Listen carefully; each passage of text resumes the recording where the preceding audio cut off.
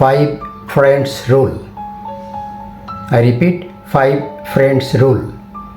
গত শতাব্দীতে আমেরিকান একজন প্রখ্যাত উদ্যোক্তা, লেখক এবং বক্তা জিম রন, তিনি এই ফাইভ ফ্রেন্ডস রুল এটি দিয়েছিলেন। সাকসেস হওয়ার জন্য five friends rule very very important, এ কথা তিনি বলেছেন। তিনি বলেছিলেন, you are the average of the five people you spend the most time with. আবার বলি, you are the average of the five people you spend the most time with. তিনি বলতে চেয়েছেন যে যদি আপনার পাঁচজন বন্ধু যাদের সাথে আপনি সবচেয়ে বেশি সময় কাটান, those who are close, very closest to you, এরা যদি ফ্রাস্ট্রেটেড হয়, ব্রোকেন হয়, ফেইল্ড হয়, হতাশাগ্রস্ত হয়, তাহলে আপনি ধরে নেন যে আপনি 6 নম্বর ব্যক্তি যার মধ্যে এই সমস্ত বৈশিষ্ট্যগুলো আসতে যাচ্ছে। You are the average of the five people you spend the most time with.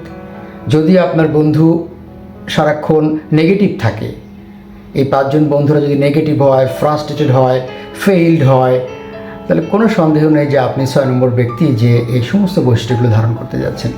On the other side, এই পাঁচজন বন্ধু যদি হয় অ্যাম্বিশাস, সাকসেসফুল, পজিটিভ, তাহলে ধরে নেন যে 6 নম্বর ব্যক্তি হিসেবে আপনি এই গুণগুলো পেতে যাচ্ছেন, যিনি হবেন active, proactive, positive, ambitious and very successful.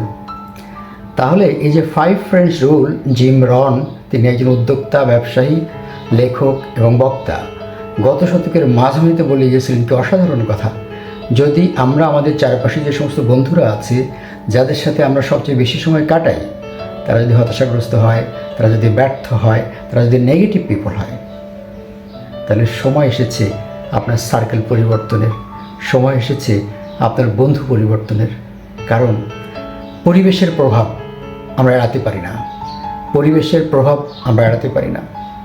At the same time, যদি দেখেন যে আপনার সন্তান কোন বন্ধুদের সাথে ঘুরছে, আপনার সন্তানের সার্কেল কারা, আপনি বুঝতে পারবেন যে আপনার সন্তান কোন দিকে যাচ্ছে।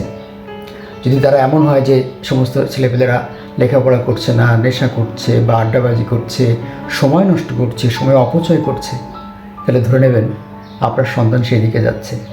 যদি এমনটা হয় যে আপনার সন্তানের সার্কেলের মধ্যে কম্পিটিশান আছে, তারা খুব পড়াশোনা করে, তারা ইতিবাচক, তারা জগতের বিভিন্ন খবর রাখার চেষ্টা করে এবং তাদের আড্ডাগুলোও খুব ইতিবাচক, তাহলে বুঝতে পারবেন যে আপনার সন্তান সঠিক পথে আছে। আপনি এবং আপনার সন্তান কোন অবস্থায় আছেন, কোন দিকে যাচ্ছেন, এটা ডিপেন্ড করছে আপনার চারপাশে কারা আছে, আপনি কোন পরিবেশের মধ্যে আছেন। সুতরাং ডিসিশন নেওয়ার সময় এসেছে যে আপনি আপনার সাইকেল সম্পর্কে একটু চিন্তা করুন। আপনি কাদের সাথে মিশছেন? তারা কি নেগেটিভ পিপুল? তারা কি হতাশাগ্রস্ত? তারা কি একবার ব্যর্থ হলে আর কখনোই চেষ্টা করে না? নাকি তারা 10 বার ব্যর্থ হওয়ার পরেও 11 বার আরও প্রচেষ্টা করতে এগিয়ে যায়? আর যদি পজিটিভ পিপল আপনার চারপাশে থাকে, যদি সাকসেসফুল পিপল আপনার চারপাশে থাকে, যদি তারা একটা ইতিবাচক ভাইব্রেশনের মধ্যে আপনি থাকেন, তাহলে you will be successful very early. And specially your child, look at your child, সে কাদের সাথে ঘুরছে, সে নেশাগ্রস্ত হয়ে যেতে পারে কিনা, নাকি সে আনন্দদায়ক জীবনযাপন করছে ইতিবাচক বন্ধুদের সাথে, যারা ঘুরতে পছন্দ করে, যারা শিখতে পছন্দ করে, যারা খেলতে পছন্দ করে, যারা বই পড়তে পছন্দ করে, যারা ডিবেট করতে পছন্দ করে, যারা নেটওয়ার্কিং করতে পছন্দ করে, যারা নতুন কিছু শিখতে পছন্দ করে, এরকম বন্ধুদের সাথে আপনার সন্তান মিশছে কিনা এটা একটু খেয়াল করবেন। কারণ পরিবেশ এবং সমাজের প্রভাব আমরা কেউ এড়িয়ে যেতে পারি না।